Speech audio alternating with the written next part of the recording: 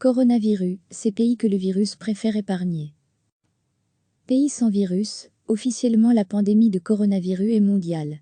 Aucun continent n'est épargné et le nombre de cas recensés fin mars est proche des 350 000. Comme le dépistage reste limité, le nombre exact est inconnu. Néanmoins, il doit certainement se calculer en dizaines de millions. Pourtant, quelques pays résistent encore et toujours à l'envahisseur. La carte interactive de l'université Johns Hopkins nous permet d'en identifier 11. Degré à lire aussi, coronavirus dans le monde et en Europe, les chiffres de l'épidémie à jour. On ne trouve ces rescapés qu'en Asie et en Afrique. Pour le continent le plus peuplé, 4 pays seraient épargnés, Turkménistan, Tadjikistan, Birmanie et Corée du Nord. Pour l'Afrique, il s'agit des Burundi, Malawi, Lesotho, Sierra Leone, Botswana, Soudan du Sud et Yémen. Bien entendu, il est difficile de croire que le virus s'arrête aux frontières des États. Alors, plusieurs hypothèses sont avancées pour expliquer ces singularités. Les régimes autoritaires masqueraient-ils la propagation du coronavirus? Tout d'abord, le point commun entre tous ces pays est qu'ils ne partagent pas la même vision du régime démocratique que les Occidentaux. Beaucoup sont autoritaires, voire dictatoriaux. La Corée du Nord en est l'exemple le plus frappant. Alors que sa voisine du Sud est un des pays les plus touchés par l'épidémie, personne ne peut croire que le 50 degrés parallèle et ses champs de mines ont servi de rempart infranchissable au virus. Si le Turkménistan et le Tadjikistan sont des pays très fermés, c'est moins le cas de la Birmanie. Selon Tanguy Struy de Swiland, professeur de relations internationales à l'UQ Louvain, le régime est particulièrement instable et la grande crainte de propagation du virus à vaste échelle vient des Rohingyas amassés dans des camps. Pour l'Afrique, la situation politique est similaire à celle des pays cités. Le Yémen est une des pires dictatures de la planète où la guerre civile fait rage et où la priorité est loin d'être le coronavirus. De nombreux gouvernements contrôlent la population, Burundi, Soudan du Sud, et ne communiquent pas sur les éventuels cas de contamination. Selon le professeur Struy, une autre explication peut être avancée. Pour bon nombre d'Africains, le coronavirus est considéré comme la maladie des Blancs, des élites. Une manière de lutter contre sa propagation est de réunir des gens dans les églises ou les mosquées et de prier. Ce qui est bien entendu très risqué. Mais sur le fond, ils n'ont peut-être pas tort, car le virus s'est propagé plus rapidement dans les pays riches, grâce à la mondialisation et au déplacement de biens et personnes. Reste à savoir combien de temps ces quelques pays pourront tenir à nier l'évidence. Même la Russie n'a pas résisté longtemps dans sa tentative de minimiser les effets du virus.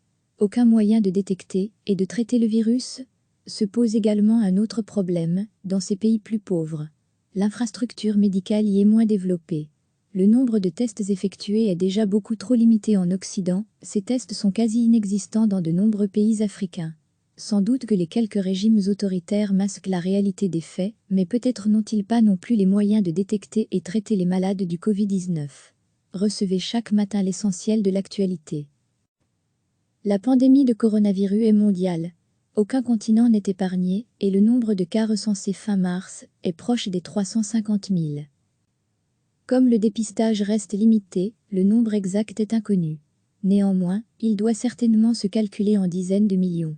Pourtant, quelques pays résistent encore et toujours à l'envahisseur. La carte interactive de l'université Johns Hopkins nous permet d'en identifier 11. Degré à lire aussi, coronavirus dans le monde et en Europe, les chiffres de l'épidémie à jour. Pays sans virus, officiellement on ne trouve ces rescapés qu'en Asie et en Afrique. Pour le continent le plus peuplé, 4 pays seraient épargnés, Turkménistan, Tadjikistan, Birmanie et Corée du Nord. Pour l'Afrique, il s'agit des Burundi, Malawi, Lesotho, Sierra Leone, Botswana, Soudan du Sud et Yémen. Bien entendu, il est difficile de croire que le virus s'arrête aux frontières des États. Alors, plusieurs hypothèses sont avancées pour expliquer ces singularités. Les régimes autoritaires masqueraient-ils la propagation du coronavirus? Tout d'abord, le point commun entre tous ces pays est qu'ils ne partagent pas la même vision du régime démocratique que les Occidentaux. Beaucoup sont autoritaires, voire dictatoriaux.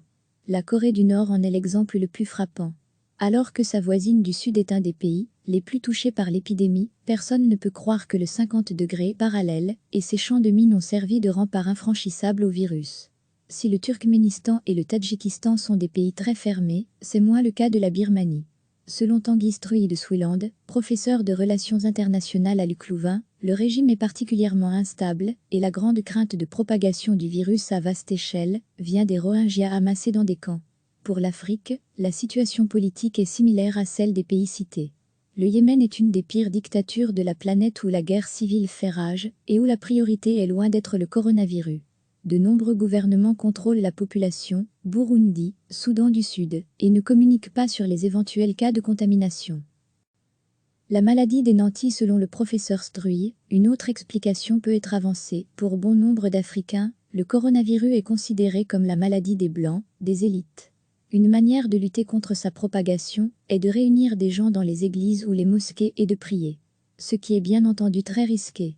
Mais sur le fond, ils n'ont peut être pas tort, car le virus s'est propagé plus rapidement dans les pays riches, grâce à la mondialisation et au déplacement de biens et personnes. Reste à savoir combien de temps ces quelques pays pourront tenir à nier l'évidence. Même la Russie n'a pas résisté longtemps dans sa tentative de minimiser les effets du virus. Aucun moyen de détecter et de traiter le virus? Se pose également un autre problème dans ces pays plus pauvres. L'infrastructure médicale y est moins développée. Le nombre de tests effectués est déjà beaucoup trop limité en Occident, ces tests sont quasi inexistants dans de nombreux pays africains. Sans doute que les quelques régimes autoritaires masquent la réalité des faits, mais peut-être n'ont-ils pas non plus les moyens de détecter et traiter les malades du Covid-19. Cliquez sur s'abonner pour recevoir les dernières nouvelles.